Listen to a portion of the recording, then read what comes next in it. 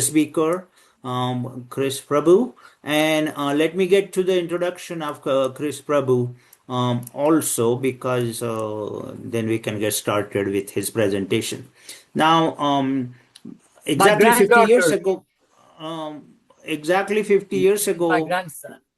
we uh, exactly 50 years ago we I came to Pittsburgh, and there were some amazing seniors there, including our current guest Krish Prabhu, who was in University of Pittsburgh studying before me, and he and we just hit it off because he was an excellent athlete, and I had some interest in athletics as well. So we ended up playing numerous tennis matches, and met several times, and I had lunches together. I was not at all close to his intelligence and his prowess in electrical engineering. I was just a poor economist doing my PhD, and then we parted ways. But then in last 10 years or so, we have reconnected, and it has been a greatest pleasures of my life to have reconnection with Chris Prabhu, because after doing MTech in IIT Mumbai and a PhD in electrical engineering from Pittsburgh, he has done an outstanding job in communications area and information technology. In fact, in company name Alcatel, he became a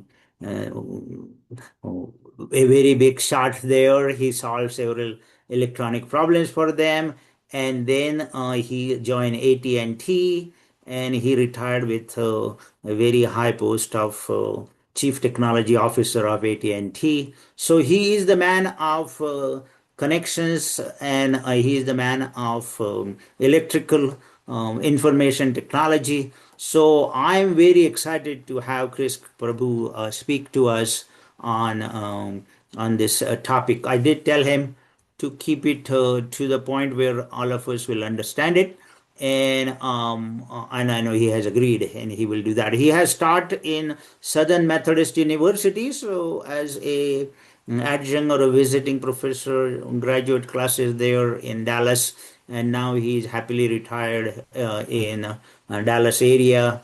And his son and daughter and wife, they are all invited for this, and I'm so glad that they have all joined it to this webinar. So with that as an introduction, let me request him to start his presentation. Chris, there we go. Chris, I think you need to unmute yourself. I just did. Got it. Okay, Yeah. we can hear Awesome. you now. Thanks, Kishore. Thanks everyone for joining, and thanks for the opportunity to present to you. Uh, I was a little excited about this topic because I wanted to connect the dots myself. With all the hype around AI, especially big investors flocking in, why are they spending so much money? And having lived through the hype around the internet back in before the dot-com crash, I was also interested in understanding the similarities. So I put together something here which essentially traces from the foundation on the network side, which is pretty much my background. Today, we have a network which can connect almost 8 billion people anywhere, especially now with space based internet. Even the remotest parts of the world, if they have power, they can connect. And then in metro areas, we can deliver a lot of data based on the latest wireless technologies. And then we can move the data between fixed locations using fiber. Almost everything in the US now is connected by fiber, many homes included. So when you put that all together, we have the foundation for intensive AI, immersive intensive AI. Is that good for us? Is that bad for us? I don't know, but there's a lot of debate about that, and I'm not an expert on that. But what I wanted to do today in this talk is just to kind of connect the dots. What is AI? What can it deliver? How is it delivered today? Where does it go in the near future with all the money that's coming into AI investment? It's a wild, wild west. This administration is particularly free of regulations. They've taken the stance that AI is not going to be regulated. And so that means investors have flocked in large numbers. So some of you economists would find it very interesting to see if that is better for the overall global economy, or does it create a bigger divide between the haves and the have-nots. Okay, so let me dive into my presentation. If there's any problem, please let me know. Either the video is not coming through clean, or the audio is not clean. Okay, very quickly, my background: came to the US in 75, got my PhD in 80, 40-year career in telecom. Uh, that was the big tech sector when I graduated. In the 80s, we did a lot of work on optical fiber. That's now the foundation for hauling large amounts of data back and forth in a fixed network. Then in the 90s, we found a new way of communication called the internet. And I did a lot of work on internet access. I was based in Europe at that time. In the 2000s, mobile networks caught fire because almost everybody wanted a phone. And in 2010, the smartphone was launched. I was at AT&T at that time, and we found our network needed a massive upgrade just because smartphones and applications like Snapchat and all that were taken off so fast, our network couldn't handle it. So I did a lot of work on cloud networking. And then in 2016, 17, I retired. But I'm still interested in understanding how technology progresses and what technology can deliver. So let's start with the internet, because that's the most interesting part here. Even though the telecom network is more than 100 years old, the internet came about when the browser was introduced in 95. And like I said, it facilitated a new mode of communication once people had pretty good access to the internet. And that was what I was working on when I was in Europe in the mid 90s. The easy access to the internet allowed several internet-based services to emerge. These are now called cloud services. The internet generically is referred to as the cloud.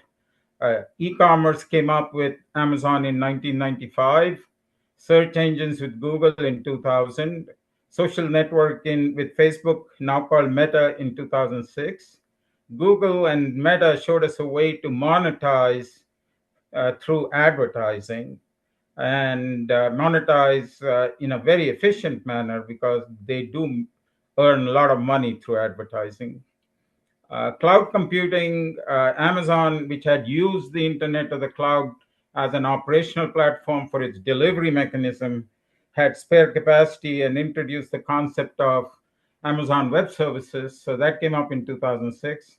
And finally, Netflix found a new way to stream media directly to your home, which came in 2007.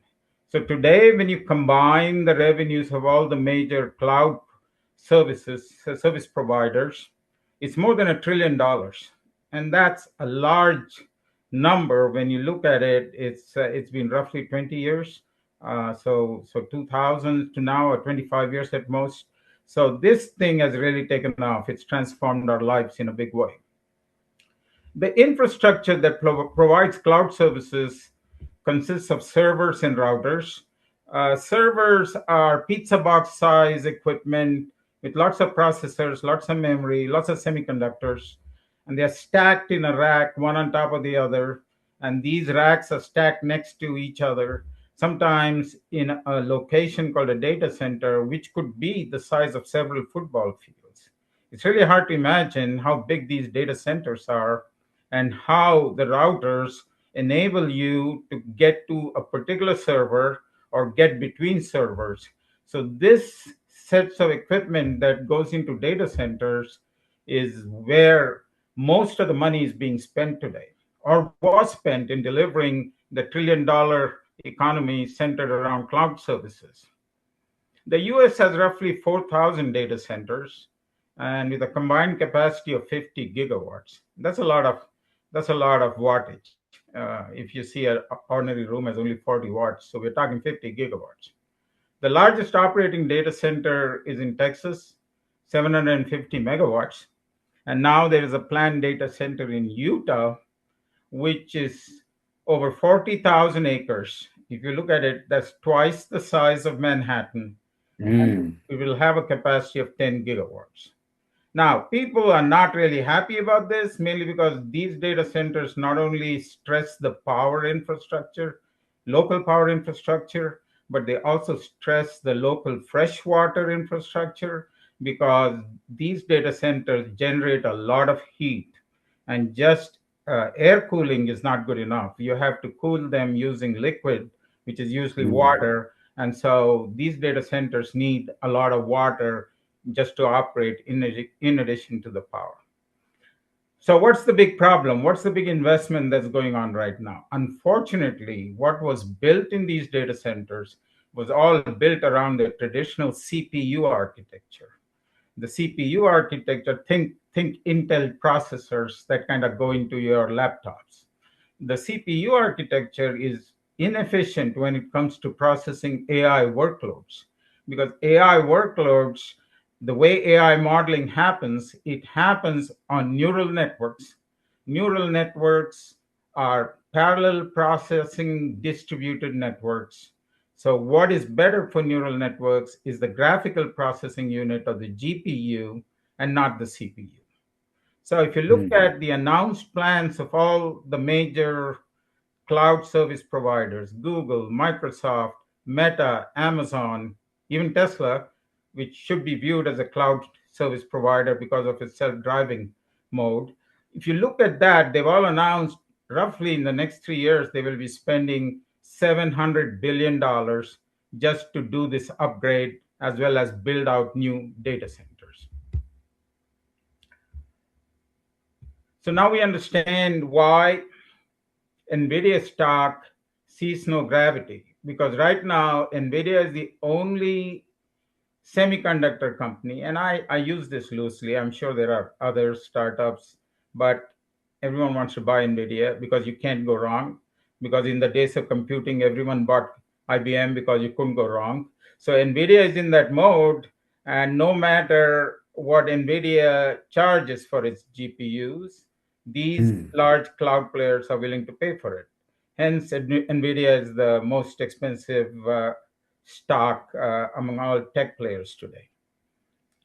Uh, okay, let me now switch over to history. So I talked to you about the infrastructure, a sea of data centers, many more coming up, interconnected with fiber, so that whenever you want to access something in a data center, like you do today for cloud services, think Facebook, think Google, uh, that infrastructure, at least for the data centers, is being upgraded to GPUs, and that upgrade is going to be expensive, but money is lined up to do that upgrade. Let me switch over to AI, talk about the history of AI and what does it mean. AI refers to the simulation of human intelligence in machines that can perform tasks such as reasoning, learning, problem solving, perception, and language understanding. These are tasks that we typically associate with humans. The concept of machines doing what humans do is not new. Back in the 30s and 40s, the father of computing, Alan Turing, actually laid out plans not only on how computers could work, but also on how intelligent machines could be built. But his idea was a little limited. His idea was machines would redo their instruction code autonomously, and that's how they would become intelligent. But he hadn't really looked at the problem of how can machines be built that will mimic humans. Over the next 60 years, lots of progress in AI, but in the academic circles, uh, early AI programs started showing up in the 50s. Lisp was introduced in 1960, became very popular with people working on intelligent systems. Expert systems using fuzzy logic, a lot of work in the 70s and 80s. Connectionism, machine learning, and neural networks showed up in the 80s and 90s. In fact, neural networks is the foundation for modern AI machines because neural networks come closest to mimicking or simulating what the human brain does. It basically is a network of parallel neurons that fire autonomously, and each neuron has a little compute, has a little memory. The memory can be updated as the brain trains or learns. The firing between the neurons and how the neurons interconnect is what we typically associate with wiring of the brain. And when we build a machine, an AI machine, we are really trying to understand how we can build something that would do what a human brain does. Hmm. Now, it's not that easy because the human has a million years of evolutionary history behind it, a human brain. Just to give you a comparison data point, when GPT-4 was introduced, and I think it was in 2022, you've all heard of ChatGPT, and ChatGPT predecessor was GPT-4. OpenAI introduced it. It's a language program, what's called a large language model, LLM. Hmm. The LLM is supposed to mimic what the neocortex does in the brain. When GPT was introduced, it was trained on 1 trillion words. Now, when AI researchers say that their LLMs look a lot like a brain, the neuroscientists scoff at it because neuroscientists point out that a child generally develops full language capability with only about 1 million training words. So we have a long way to go before we say, yes, we have pretty much simulated what the brain does. We know how to do it. Right now, the way we are getting around it, if there's any imperfections in our modeling of the brain, is by aggressively depending on training. And we can do that because we have the compute power that is needed to train a machine. So, in the early 21st century, because of the progress made in semiconductors, leading to faster processing power, and because of the progress made in handling large data sets coming from cloud computing or cloud services for the first time introduced software scientists to the concept of how do you handle large unstructured data. There has been a lot of work on structured data, think Oracle databases, etc. But unstructured data was a challenge, and there was a lot of work done with larger data sets. The combination of faster processing power and larger data sets in the early part of this century essentially brought artificial intelligence out of the computer science department and into the wider business world. So, I'll switch topics a little bit, say a little bit more about AI, and then point out to what is wrong with the way we are building AI today and what we should do to build AI in a more efficient manner. Uh, let me first talk a little bit about AI models. So you understand now what is AI. It's a computational framework. Think a model. You can have the model on your computer, you can have the model in a machine in your building, you can have the model in the cloud, but basically it's a model. This model trains on data that is fed to the model. If you don't have any data that you need to feed to improve the model, you can leave it alone. If you want to feed the data custom, if you want to feed the model custom data to customize it to your unique application, whether it be an application for yourself or it be an application for your enterprise where you work, then you feed it the right data and the model gives you update, and that update can then give you prediction for certain results that you want, can give you classification, can generate content for you, or can help you in decision making. So this is basically AI, and that's the computational framework for AI. So when you look at how you would build these models, there are some approaches that can be clustered. They are all based on how you learn, how you architect, how you train and update, and how you apply the model to the domain you're interested in. Starting with learning models, these came into vogue when we were inundated with all the data that was being generated and we wanted to improve performance over time looking at the data. Machine learning then led to deep learning. Deep learning is an advanced multi-layered neural network for complex unstructured data. Many argue that the learning models today showing up in LLMs, large language models, is really as accurate a simulation of the neocortex in the brain.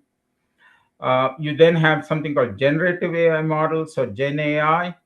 Gen AI is designed to create new data resembling training data. Agentic AI. Agentic AI is designed to autonomously make decisions and act. So you would think about how would robots perform? How would cars perform? There's Mhm. limited supervision. How would you pursue complex goals with agentic AI? The danger also with agentic AI is it can be used for doing harmful things, and hence the concern about having AI which is loosely regulated and ought to be more strictly regulated.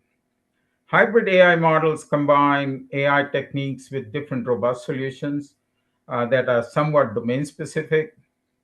I talked about large language models. Those are really natural language processing models, understanding human language, and computer vision models optimized for interpreting and processing visual data, and reinforcement learning models which optimize actions via trial and error in a dynamic environment.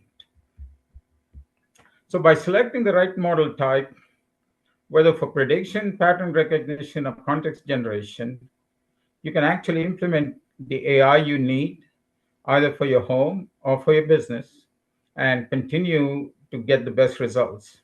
This is the hope of AI. Now, unlike traditional cloud applications, where very little data comes from the user and something substantial is sent back to the user. Think a Netflix stream, for example. AI models or AI applications that are in the cloud need constant data interchange for training purposes. So there's a lot of back and forth going between the user and the cloud. And we talked about the large amount of data that can be transferred or needs to be transferred. For example, large language models typically use billions of parameters, uh, millions of tokens are exchanged, especially when the model is being trained or updated to customize its application for a particular use. Um, Today, you can access large language models pretty much with any search that you do. ChatGPT came out in November 2022. That was developed by OpenAI. Microsoft added its chatbot Copilot in 23 to Windows operating system, and now it's a standard feature of Bing and its Edge browser.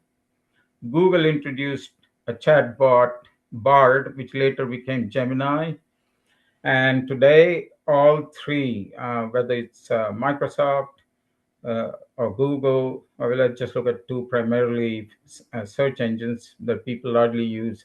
They routinely deliver AI summaries as a normal output of search. So that's become mainstream, which is very helpful as far as the user is concerned. Okay, Mhm. now let me talk a little bit about the problems with this approach. The problems with this approach is everything is centralized.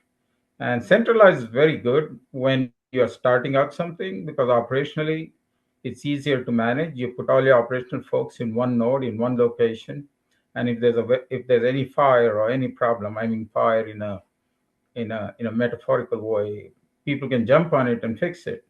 On the other hand, as we said with AI, especially if you want to customize AI, and as AI metastasizes and moves closer to the user, and this is its true promise, the centralized model breaks down. And there are problems with this. Firstly, data centers are getting bigger and bigger, stressing the community power and water facilities in areas where they are located. Uh, Most of the new data centers that are planned, remember I said about $700 billion of new infrastructure upgrades are planned over the next 3 to 5 years. They're in the 22 states in the US where there's plenty of land, but there is very little water.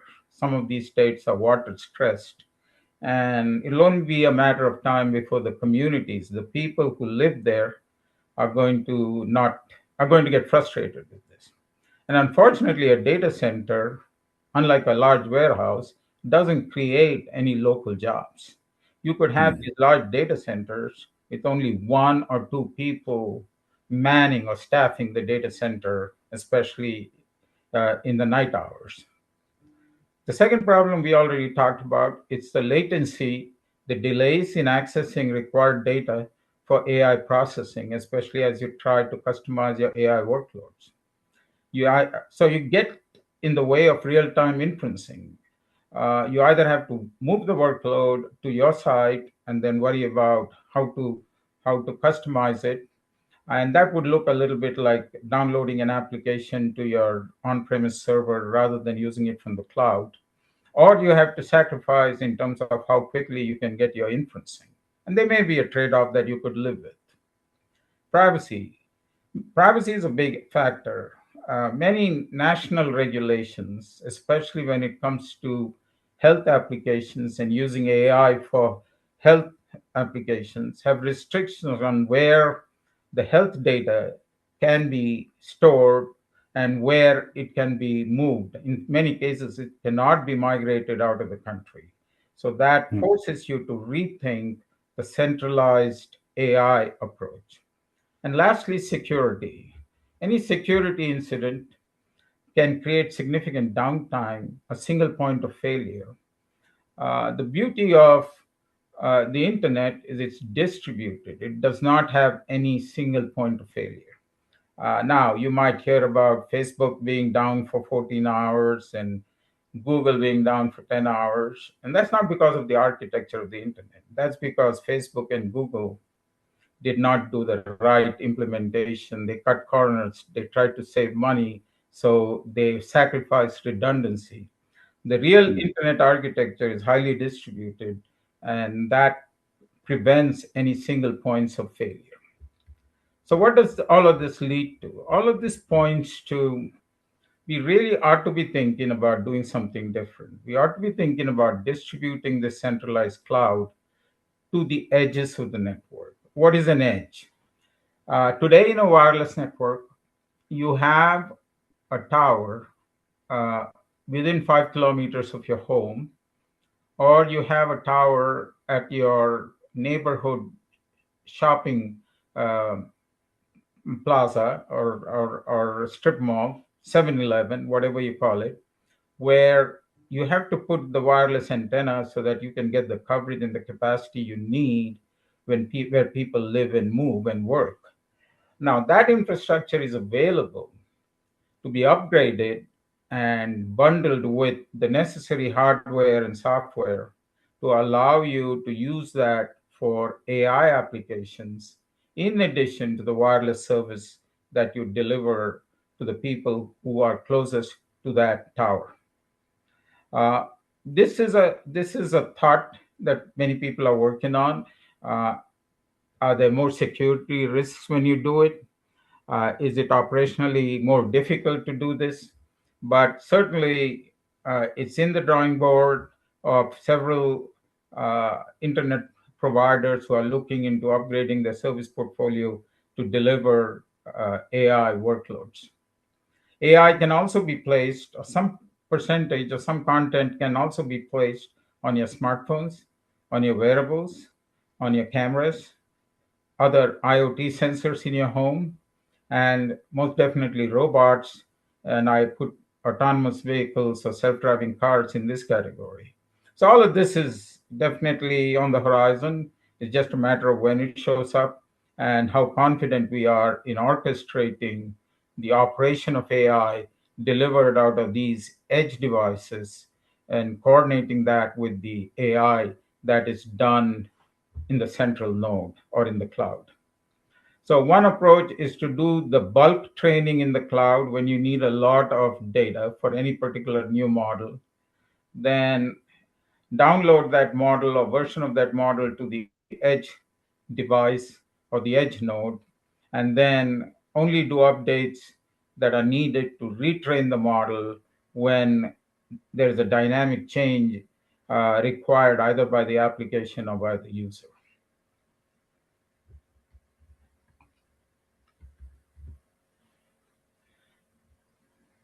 Now, I want to talk a little bit about the hype around uh, XAI. I'm sorry, not XAI, SpaceX. Because it's very, very fresh on everybody's mind. A new IPO, Mhm. $2 trillion at the end of the first day of trading. What is behind all this hype? And my good friend Dhaval, who's on this call, he and I were taking a walk this week and we are chatting about it. Both of us didn't have the money or the guts to go into the IPO, but at the same time, we said, how can you justify a $2 trillion market cap on day one?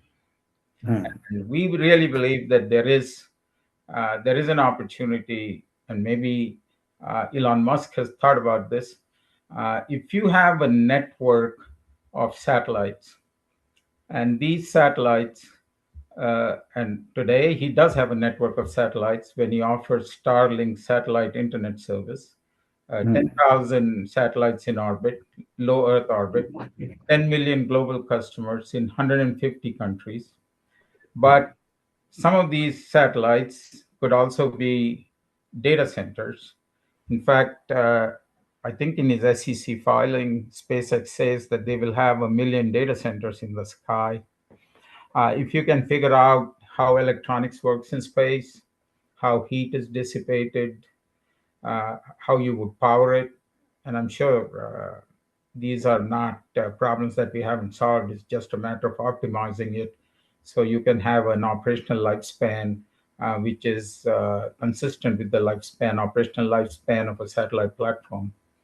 Uh, Starlink uses XAI's AI to optimize satellite bandwidth, do some predictive maintenance, improve network efficiency, and reduce its operational costs, thus extending the satellite lifespan today.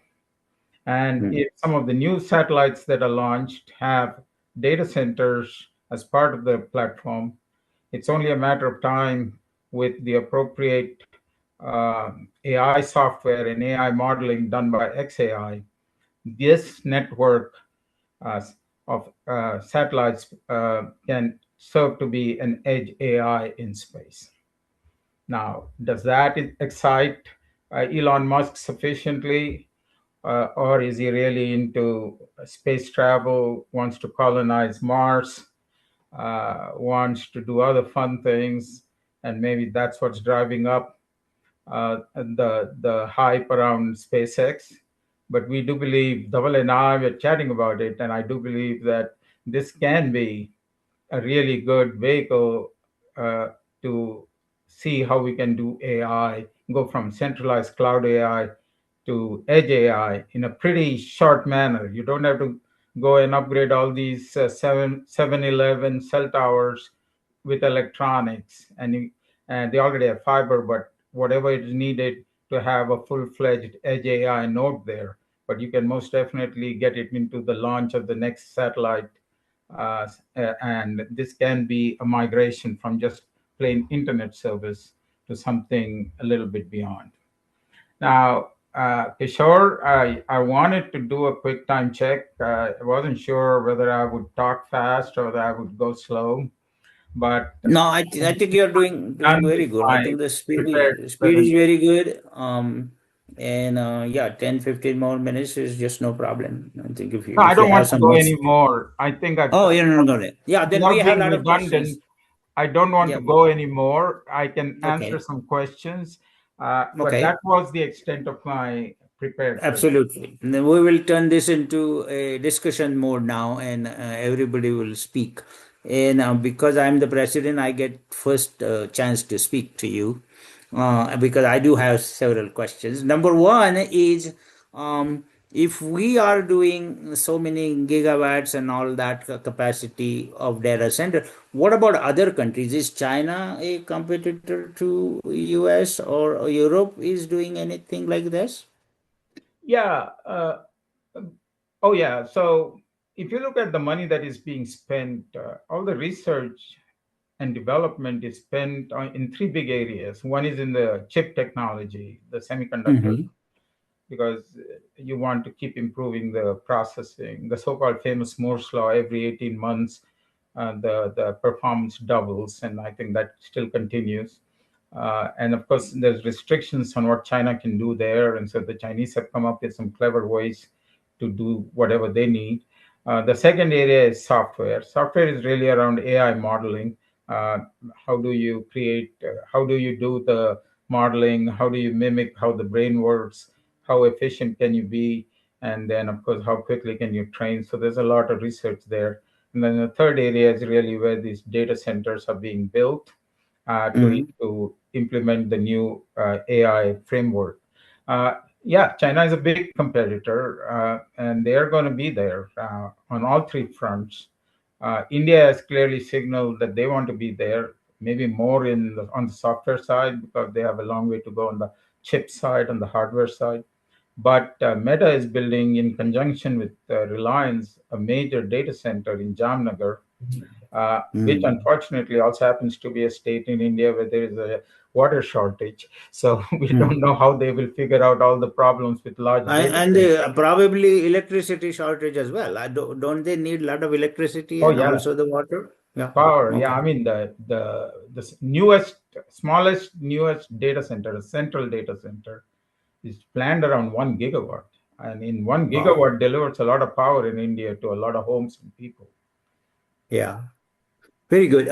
My second question is ChatGPT and all these AI models.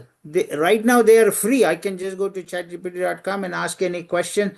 How, number one, how can they afford it? And number two, are we looking at a peace before the storm that they are going to start charging us left and right for all kinds of information once we are hooked up on them? Yes, I mean, I don't know exactly what's their real plan to monetize, but it's kind of a little bit like the drug industry. When you look at drugs, Yeah. pharmaceutical drugs, right? I mean, you come up with those molecules that cure some disease, and for the first 14 years they're patent protected, and they can charge you an arm and a leg. Now, Yeah. what ChatGPT is going to do, in my opinion, or not ChatGPT, that was OpenAI, but let's just say you have XAI, OpenAI, and if they decide to sell AI workloads for free or models, that's just to hook you. But then at some point they'll start charging you, and one of the ways they charge you is by there's something called tokens, AI tokens, which is roughly three quarters of 4 characters make up a token, so roughly on the average a word. So if you're using a large language model and want to customize it to your usage, Hmm. based on the tokens you use to train the model, there is a prescribed fee for how much they charge you for what's coming in and what's going out. These guys are no dummies. Meta, which gave away a Yeah, lot that's for good. free, Meta on 200 billion of revenue, all made out of advertising, Correct. generates 130 billion of cash each year. I mean, Yeah, it's the most efficient advertising machine in the history of the world. So these correct. guys know how to make money. Correct. So they will eventually start charging for using I ChatGPT would or not say have eventually. advertising. I'd say as soon as they pass a certain inflection point where large number of Mhm. people are hooked, to use your word, and can Yeah, get unhooked, they will start yeah, charging. correct, correct. I got a question now. Sure. Vishwaji? Yeah. Yeah, please. My question is there is a lot of talk about dangers of AI. Even Pope kind of, cautioned us. And so I want to find out what you think about the dangers of AI and how can they be minimized. Yeah, very good question, Ishwar. So there's some work by conscientious AI scientists at Anthropic. There's a group at Anthropic that's working on something called the Constitution for AI. And as we well know, the U.S. Constitution was put in place to safeguard certain things important to humans, and that Whether it works, doesn't work, or can be trampled is another debate. But AI, there's been a lot of discussion about, can we do this? Can we come up with a constitution for AI which will guarantee how AI is supposed to work, supposed to be implemented, and supposed to be developed? I'm not very hopeful that this will succeed, because the present government's attitude towards regulating, and I'm not being political, I'm just giving you my facts, the or really not regulating anything in AI is somewhat dangerous. That is what has attracted all this investment. And once this investment happens, it's very difficult to reel it in. We saw that with the internet. Uh, just around the time of the dot-com crash, it was the same environment. There was very little regulation. All the regulation was on telecom, which was an old industry, virtually no regulation on internet. And once the horse was out of the barn, it was very difficult to reel it back in. So yeah, I'm a firm believer that AI can. I'm not just me. Hinton, who was one of the Nobel Prize winning AI pioneers, has essentially been very public about the dangers of AI and how we need to regulate it. But my fear is that 1 or 2 years that we have all this hype going now, and with all this investment in there, it's very difficult to reel that in. Thank you. Very good. Anybody else? Ajay, you have a question? Ajay Kothari, Dr. Ajay Kothari? Yeah, sure. Yeah, Okay. I have a question or a problem, I guess, about Elon Musk's idea of a million uh, small data centers. Actually, the data centers in orbit, they're called orbital data centers, ODCs. I think it's not going to work. It's not going to happen. And the reason for that is that he actually delivered an example or a design of one of them a week ago or a few days ago. That produces 120 kilowatt, and it has surface area of several hundred square meters for 120 kilowatts. And then there was a weight which I don't remember now, but it is possible to create a 100 megawatt data center on Earth using terrestrial nuclear power, and that nuclear power does not require water and can be placed anywhere because it is thorium molten salt reactor, which needs to be considered as part of the solution. Thorium molten salt reactor does not produce any waste.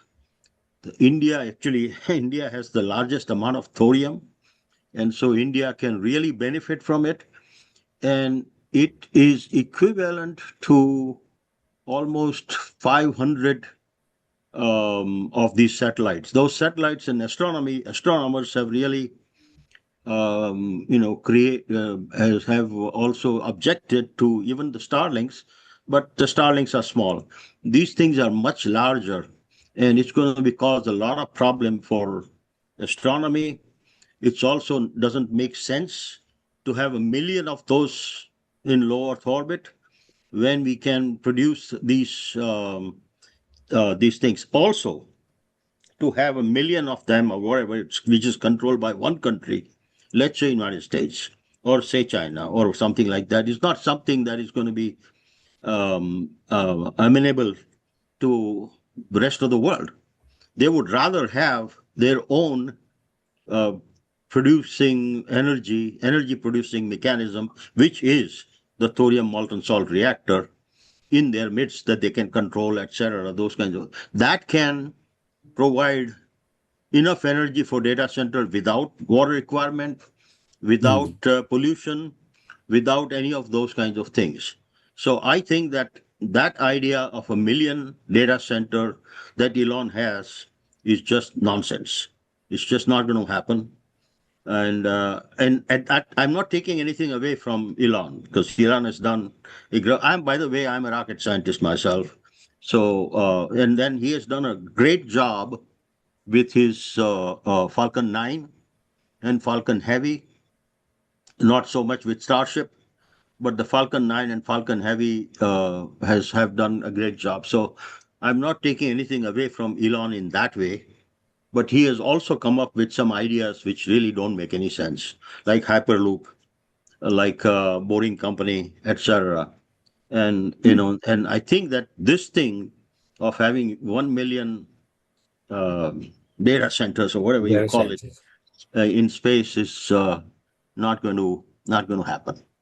I'm with you that, and both Dhawal and I were talking about that, and so we decided we're not going to go invest in his company because of his orbital data centers, and I think it is crazy because you have a lot of problems when you put heavy things in space, and if these things can't do enough at one node, what's the point of having so many of them? Because the challenge with AI workloads, you got to distribute it in such a way, if you really want to minimize latency and get the inferencing in real time for certain applications in milliseconds. I'm talking not in seconds.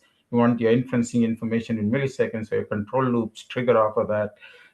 You there are some challenges of physics, as you point out, and Elon's got this reputation that he loves challenges and he knows how to break them down. But I only put that out there at the Yeah. end of my talk, and it was real speculation. I'm not at all pushing his idea, but I'm saying it makes another case for why we can't keep doing centralized data centers. The number one reason for that is you want inferencing to be done faster and closer to you. And there is a street infrastructure, which is essentially 5G wireless, because 5G wireless is based on frequencies and bands that don't propagate well in free space unless they are really close to the user. And that infrastructure has been built out in the last 10 years. And why not upgrade that infrastructure rather than going into space? So that's my Yeah. personal, but then again, everyone will say I'm pretty conservative in my thinking. So I don't know. Ajay, I'm not at all saying I have a counter thinking around Yeah. here. I completely with you. I agree what you say. Yeah, and actually, I sort of miss saying this, but people say that, hey, you in vacuum you can radiate the heat out. The heat is a problem, big problem. Radiate heat out because it's vacuum, and obviously temperature is temperature is close to absolute zero. But the problem is that if you have to do it only with infrared, with radiation only, it is cannot be done unless you have very large area. And you look at his example that he has, and it's a huge area of radiator that you have to have, and of course huge area for solar cell arrays that you have to have. But radiators is a big problem, and as you know, the radiation, infrared radiation is T to the minus two T to the fourth power. Is the radiation capacity, sigma multiplied by T to the fourth power.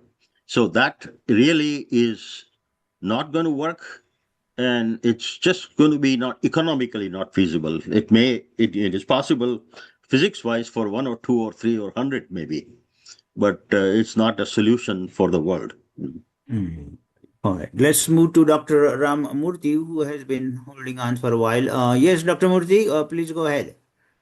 Yeah, thank you very much for a beautiful, interesting talk that you have given.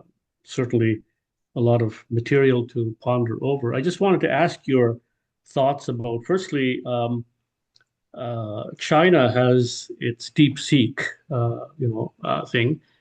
India better have something similar because if you've used any of these things, for example, ChatGPT has a very Eurocentric slant. Unless you nudge it to go to the Indian sources, it won't. It will go to the Eurocentric sources and project that as the. So we already have this.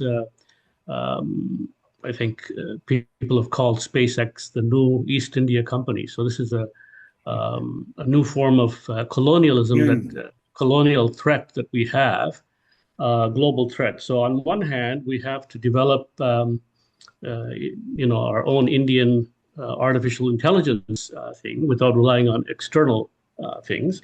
On the other hand, you have also an existential crisis. People don't have basic food, they don't have water, they don't have electricity, and here we are, racing to the Mars or whatever it is, in this obscene sort of way. So who is going to address that? You see, this is scientists say that, well, this is not their concern, but who is going to address this obscenity that is confronting the human race? Can you say a few words about that? Yeah, no. I mean, what you talk about, this is a very serious problem. So when you say people want to tackle serious problems, flying cars, going to space, going to Mars, well, I would say it's more important to give humans a good quality of life experience on this earth and solve those problems. Well, those are more important than going to Mars. That's my thought personally. Now, in terms of India trying to do something in AI, as you know, some months back there was this big conference in India where all the major AI players showed up. I don't know what came out of it, but I can see very easily Indian companies, Indian investors, uh, Indian entrepreneurs getting excited about doing something like the DeepSeek thing or finding the next DeepSeek, and then justifying it to some extent by saying, hey, we can use this to improve, do a new green revolution like revolution in India to improve farming outputs, that sort of thing. I'm not sure if the gains from any AI applied to agriculture or retail, the efficiency gains, are enough to solve our big problems, humanity's big problems. I don't want to just say it's India. Remember, there's the continent of Africa where there's a lot of similar problems, right? And so, yeah, question about who's going to solve these problems. Well, the short answer is we are. Unfortunately, in a society dominated by capitalism and return on investments and investors having the money, uh, the these kind of problems just don't attract right investments. These are very interesting problems and can be solved if we put our minds together. But one of the main problems is you don't attract the kind of investments that you are seeing in AI right now. And so I don't have an answer, Ram, but it is a very good question. Mm. Very good. I know Vikram or Rohit have a question. Do you have Yeah. questions, Vikram? Yeah. Yes, Okay. Go actually, ahead, I please. think I think we both do, and comments as well. A few things, I guess. Let's start with SpaceX, which I think Robert Wright put it fairly succinctly. Elon Musk has taken two sort of failing companies, put them together, and the valuation of them is very extreme. I think to my uncle, Dr. Terry's point, his plan for space doesn't seem feasible. China is actually already putting data centers in the ocean, largely obviously to address the cooling issue. Obviously, nuclear is a very viable path forward, and plus there's a latency from space. And I don't know. Uh, uh, I don't know, Ajay. Maybe you can speak to the bandwidth data coming from outer space. I don't know what that's actually like, or if that's maybe also a possible constraint. Um, Another thing as Tristan is quantum computing was not mentioned here at all, and I'm wondering how that. I mean, going from CPUs to GPUs, but isn't quantum computing just also on the verge of coming in to address this issue, right?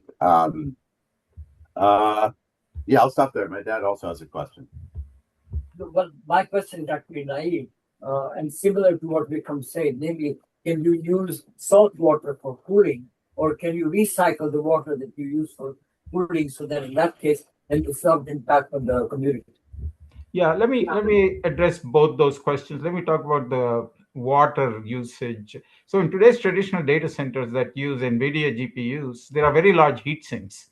And these heat sinks are being cooled by water now. Some of the latest data centers that are going in, there's water cooling. And so you need a pretty big water plant along with the data center just to get the water cooling. But that water it's a closed loop system, so it is essentially recycled. It doesn't evaporate, not all of it, but from time to time you have to remove the impurities that accumulate in the water and then refresh it, not unlike what you do with your swimming pool, for example. I mean, a crude analogy, but something similar.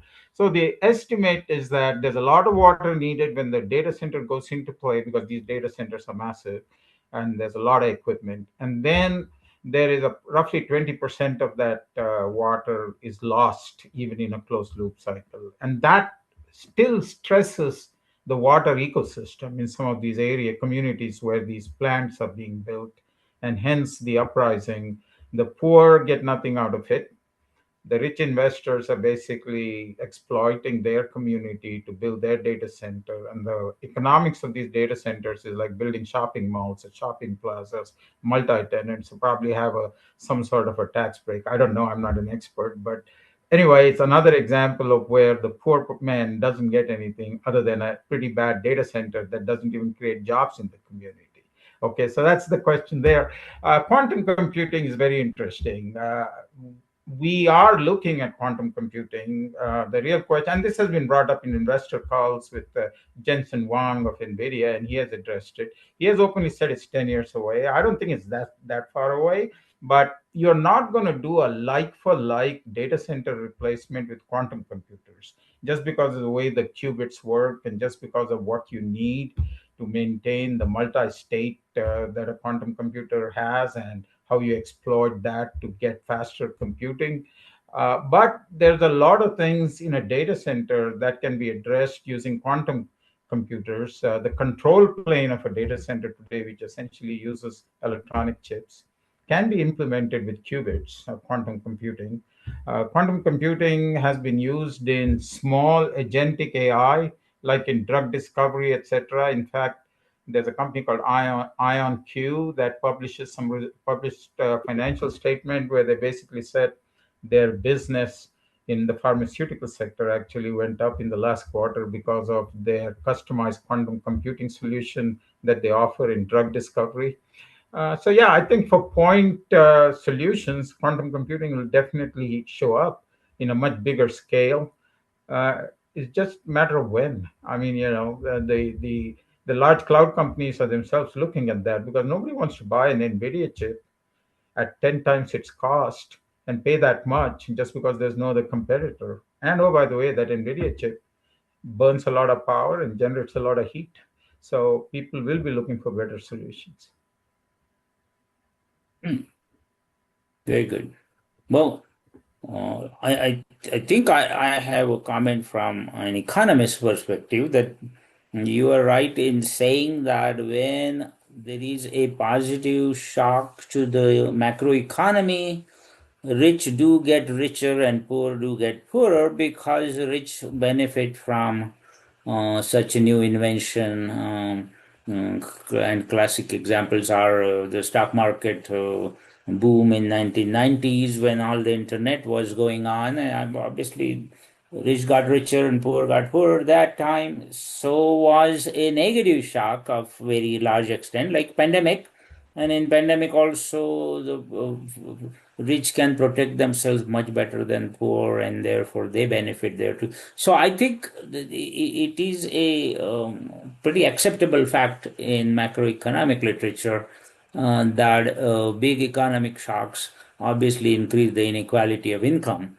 And this will be, if at all it picks up, AI picks up in next 2 5 years, then it is going to benefit rich a whole lot more than poor. You are right. Yes. All right. Any other question, guys, about the presentation?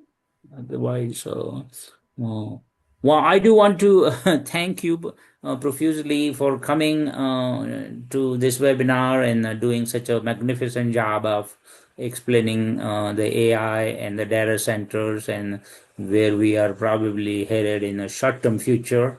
And thank you very much for doing all that.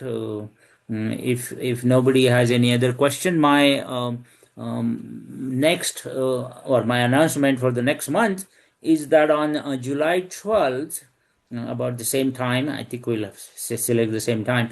On July 12th, we have Dr. Nanaso Thorat from Oxford University, who is doing a cancer research, and he is going to talk to us about how cancer research, what he is doing, and what cancer he has reverted, and what kind of program he is running in Oxford University. So that should be as exciting as this one.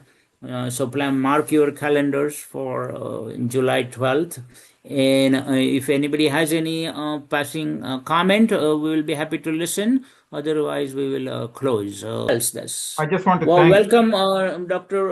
Mangala, and thank you very much, Dr. Prabhu, for Yeah, I just want to excellent presentation. thank you, Kishore, for giving me the opportunity to present. When you first talked to me, I wasn't so sure, but I think it's been a great experience, not just getting ready for this presentation, but also listening to the comments. And I'm happy to have been part of this. So thank you for the opportunity. It was a Very very good. good talk. Thank you. Yeah, Thank you. and thanks to you. all your family members who joined, your daughter and son and wife. So very good. Thank you very much for being here, all of you, and we will be in touch. Send me an email or any other message that you have about SIA. Thank you very much, guys. All right. Thank Thank you. Bye you. bye. Bye-bye. Bye. Thank you. See you in July. We'll see you in July. Thank you.